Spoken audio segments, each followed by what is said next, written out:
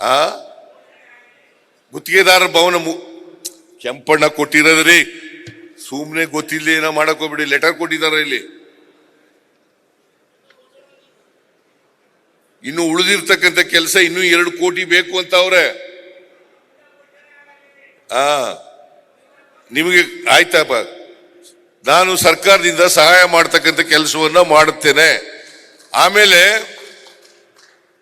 ಗುತ್ತಿಗೆದಾರರು ಸಂಘದವರು ನಾನು ವಿರೋಧ ಪಕ್ಷದಲ್ಲಿ ಇದ್ದಾಗ 40% ಕಮಿಷನ್ ನಡೀತದೆ ಅಂತೇಳಿ ಹೇಳಿದ್ರು.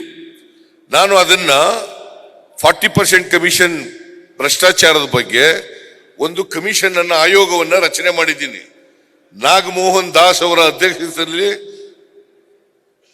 ಒಂದು ಕಮಿಷನ್ ಅನ್ನ ರಚನೆ ಮಾಡಿದ್ದೀವಿ. ಅವರು ತನಿಖೆ ಮಾಡ್ತಾ ಇದ್ದಾರೆ.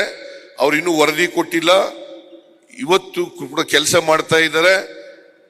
ಈ ಕರ್ನಾಟಕದಲ್ಲಿ 40% ಕಮಿಷನ್ ಇದೆಯಲ್ಲ, ಇದನ್ನ ಕೊನೆಗಾಣಿಸ್ತಕ್ಕಂಥ ಪ್ರಯತ್ನವನ್ನ ಮಾಡಬೇಕು ಅಂತಕ್ಕಂಥದ್ದೇ ನಮ್ಮ ಉದ್ದೇಶ ಅಂತಕ್ಕಂಥ ಮಾತುಗಳನ್ನು ಹೇಳಲಿಕ್ಕೆ ಬಯಸ್ತೇನೆ. ಯಾರಾದರೂ ಕಮಿಷನ್ ಅನ್ನ ಡಿಮ್ಯಾಂಡ್ ಮಾಡಿದ್ರೆ ನೀವು ನಾಗಮೋಹನ್ ದಾಸ್ ಅವರ ಆಯೋಗಕ್ಕೆ ನೀವು ಮನವಿಯನ್ನು ಕೊಡಬೇಕು, ಆರೋಪ ಪಟ್ಟಿಯನ್ನು ಕೊಡಬೇಕು ಅಂತಕ್ಕಂಥ ಮಾತುಗಳನ್ನು ಕೂಡ ಈ ಸಂದರ್ಭದಲ್ಲಿ ಹೇಳಲಿಕ್ಕೆ ಬಯಸ್ತಾ ಇದ್ದೇನೆ. ಅದರಿಂದ ನಾವು ನಮ್ಮ ಸರ್ಕಾರ ಸಾಧ್ಯವಾದ ಮಟ್ಟಿಗೆ ಭ್ರಷ್ಟಾಚಾರ ರಹಿತವಾದಂತಹ ಸರ್ಕಾರವನ್ನು ಕೊಡಬೇಕು, ಜನಪರವಾದಂಥ ಸರ್ಕಾರವನ್ನು ಕೊಡಬೇಕು, ಬಡವರ ಪರವಾದಂಥ ಸರ್ಕಾರವನ್ನು ಕೊಡಬೇಕು, ರಾಜ್ಯದ ಸರ್ವತೋಮುಖ ಅಭಿವೃದ್ಧಿಯನ್ನು ಮಾಡಬೇಕು. ಆ ಸರ್ವತೋಮುಖ ಅಭಿವೃದ್ಧಿ ಮಾಡಬೇಕಾದ್ರೆ ನಿಮ್ಮೆಲ್ಲರ ಸಹಕಾರ, ಬೆಂಬಲ ಮತ್ತೆ ನೀವು ಕೂಡ ಅದಕ್ಕೆ ಪಾಲ್ದಾರರಾಗಬೇಕು ಅಂತಕ್ಕಂಥ ಮಾತುಗಳನ್ನ ಈ ಸಂದರ್ಭದಲ್ಲಿ ಹೇಳಲಿಕ್ಕೆ ಬಯಸ್ತಾ ಇದ್ದೇನೆ. ಯಾಕಂದ್ರೆ ನೀವಿಲ್ದೇನೆ ಸರ್ಕಾರ ಒಳ್ಳೆಯ ಕೆಲಸಗಳನ್ನ ಮಾಡಕ್ಕಾಗಲ್ಲ. ನೀವೆಲ್ಲ ಕೈ ಜೋಡಿಸಿದ್ರೇನೆ ಒಳ್ಳೆ ಕೆಲಸ ಮಾಡಲಿಕ್ಕೆ ಸಾಧ್ಯ ಆಗ್ತದೆ ಅಂತಕ್ಕಂಥ ಮಾತುಗಳನ್ನು ಹೇಳಲಿಕ್ಕೆ ಬಯಸ್ತಾ ಇದ್ದೇನೆ. ನಾನು ನೆಲಮಂಗಲಕ್ಕೆ ಒಂದು ಫಂಕ್ಷನ್ಗೆ ಒಪ್ಕೊಂಡಿದ್ದೀನಿ. ಡೆಪ್ಟಿ ಚೀಫ್ ಮಿನಿಸ್ಟರ್ ಕೂಡ ಇದ್ದಾರೆ, ಬೋಸರಾಜು ನನ್ನ ಜೊತೆ ಬರ್ತಾರೆ, ಮತ್ತೆ ಇವರು ಯಾರು ಸತೀಶ್ ಜಾರಕಿಹೊಳಿ ಅವರು ಕೂಡ ಇರ್ತಾರೆ. ನೀವು ಇನ್ನೇನಾದರೂ ಅಹವಾಲುಗಳನ್ನು ಹೇಳ್ಬೇಕಾಗಿದ್ರೆ ಅವ್ರ ಮುಂದೆ ಹೇಳ್ಕಳಿ. ಅವರು ಸರ್ಕಾರದ ಭಾಗ, ಡೆಪ್ಟಿ ಚೀಫ್ ಮಿನಿಸ್ಟರ್ ಇದ್ದಾರೆ. ಸೊ ಇಷ್ಟು ಮಾತುಗಳನ್ನ ಹೇಳಿ ಈ ನಿಮ್ಮ ವಾರ್ಷಿಕ ಏನು ತಾಳೆ MMCR 1994 ನಿಯಮ 3B ಅಡಿ ಬೃಹತ್ ಕಾಮಗಾರಿಗಳಿಗೆ DMG ಗಣಿ ಗುತ್ತಿಗೆ ಮಂಜೂರಾದಾಗ ಈ ಗಣಿ ಗುತ್ತಿಗೆ ಪ್ರದೇಶಗಳಿಂದ ಖನಿಜಗಳನ್ನು ರವಾನಿಸುವುದಕ್ಕೆ ರಾಜಧನ ಪಾವತಿಸೋಕೆ ಅವಕಾಶ ಕಲ್ಪಿಸಬೇಕು ಅಂತ ಹೇಳಿದರೆ ಕಾಮಗಾರಿ ಬಿಲ್ಲು. ಇದ್ರ ಬಗ್ಗೆ ಸರ್ಕಾರ ಕೂಲಂಕುಷವಾಗಿ ಪರಿಶೀಲನೆ ಮಾಡಿ ಸೂಕ್ತವಾದಂತ ತೀರ್ಮಾನವನ್ನ ಮಾಡುತ್ತದೆ ಅಂತಕ್ಕಂಥ ಮಾತುಗಳನ್ನ ಹೇಳಲಿಕ್ಕೆ ಬಯಸ್ತಾ ಇದ್ದೇನೆ. ನಾವು ನಿಮ್ ಪರವಾಗಿದ್ದೀವಿ, ಗೊತ್ತಾಯ್ತಾ?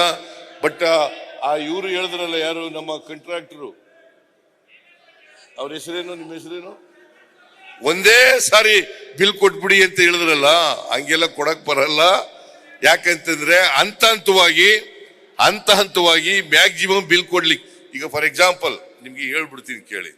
ನೀರಾವರಿ ಇಲಾಖೆ ಅಪ್ಪರ್ ಭದ್ರಾ ಪ್ರಾಜೆಕ್ಟ್ಗೆ 5300 ಕೋಟಿ ರೂಪಾಯಿ ಕೊಡ್ತೀವಿ ಅಂತ ಕೇಂದ್ರ ಸರ್ಕಾರದವರು ಬಜೆಟ್ ನಲ್ಲಿ ಘೋಷಣೆ ಮಾಡಿದ್ರು. ಕರ್ನಾಟಕದಲ್ಲಿ ಬಸವರಾಜ ಬೊಮ್ಮಾಯಿ ಅವರು ಕೂಡ ಘೋಷಣೆ ಮಾಡಿದ್ರು. ಇವತ್ತವರೆಗೂ ₹1 ಮಾಡಿಲ್ವಲ್ಲ, ಏನ್ ಮಾಡ್ಬೇಕು ಹೇಳಿ ನೀವೇ? ₹1 ಇವತ್ತಿನವರಿಗೆ ಕೊಡ್ಲಿಲ್ವಲ್ಲ.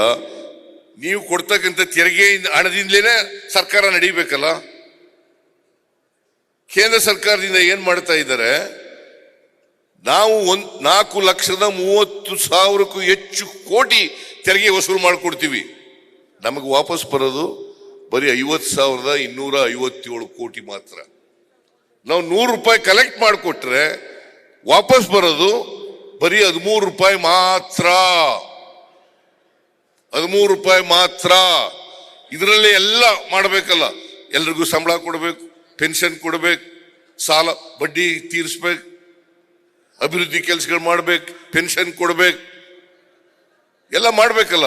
ಅದರಿಂದ ನಾನು ಇವತ್ತು ಮುಖ್ಯಮಂತ್ರಿಯಾಗಿ ಹಣಕಾಸಿನ ಮಂತ್ರಿಯಾಗಿ ಹೇಳ್ತಾ ಇದ್ದೀನಿ, ನಿಮಗೆ ನಾವು ಕೊಡ್ತಕ್ಕಂಥ ನಿಮಗೆ ಬಾಕಿ ಬಿಲ್ಗಳ ಬಗ್ಗೆ ನಾವು ಎಷ್ಟು ಮ್ಯಾಕ್ಸಿಮಮ್ ಕೊಡ್ಲಿಕ್ಕೆ ಸಾಧ್ಯ ಆಗ್ತದೆ ಅಷ್ಟು ಮ್ಯಾಕ್ಸಿಮಮ್ ಅನ್ನ ಕೊಡ್ತಕ್ಕಂಥ ಕೆಲಸವನ್ನ ಮಾಡ್ತೇವೆ ಅಂತಕ್ಕಂಥ ಮಾತನ್ನ ಈ ಸಂದರ್ಭದಲ್ಲಿ ಹೇಳಲಿಕ್ಕೆ ಬಯಸ್ತಾ ಇದ್ದೇನೆ. ಅದರಿಂದ ನೀವು ಯಾರು ಕೂಡ ತಪ್ಪು ತಿಳ್ಕೋಬಾರದು ಅಂತಕ್ಕಂಥ ಮಾತುಗಳನ್ನ ಈ ಸಂದರ್ಭದಲ್ಲಿ ಹೇಳಿ ಅತ್ಯಂತ ಸಂತೋಷದಿಂದ ನಿಮ್ಮ ವಾರ್ಷಿಕ ಸಮ್ಮೇಳನವನ್ನ ಉದ್ಘಾಟನೆ ಮಾಡಿ, ರಾಜ್ಯ ಮಟ್ಟದ ಸಮ್ಮೇಳನವನ್ನ ಉದ್ಘಾಟನೆ ಮಾಡಿದ್ದೇನೆ ಅಂತಕ್ಕಂಥ ಮಾತುಗಳನ್ನು ಹೇಳಿ ನಿಮ್ಗೆಲ್ಲ ನಿಮ್ಗೆಲ್ರಿಗೂ ಕೂಡ ಶುಭ ಕೋರಿ ನೀವೆಲ್ಲ ಕರ್ನಾಟಕದ ಅಭಿವೃದ್ಧಿಗೆ ನಮ್ಮ ಜೊತೆ ಕೈ ಜೋಡಿಸಿ ಅಂತೇಳಿ ಮನವಿ ಮಾಡ್ಕೊಂಡು ನನ್ನ ಮಾತನ್ನು ಮುಗಿಸ್ತೇನೆ. ಜೈ ಹಿಂದ್, ಜೈ ಕರ್ನಾಟಕ. ನ್ಯೂಸ್ ಫಸ್ಟ್ ನಿರ್ಭೀತಿಯಿಂದ ನಿಮ್ಮ ಪರವಾಗಿ.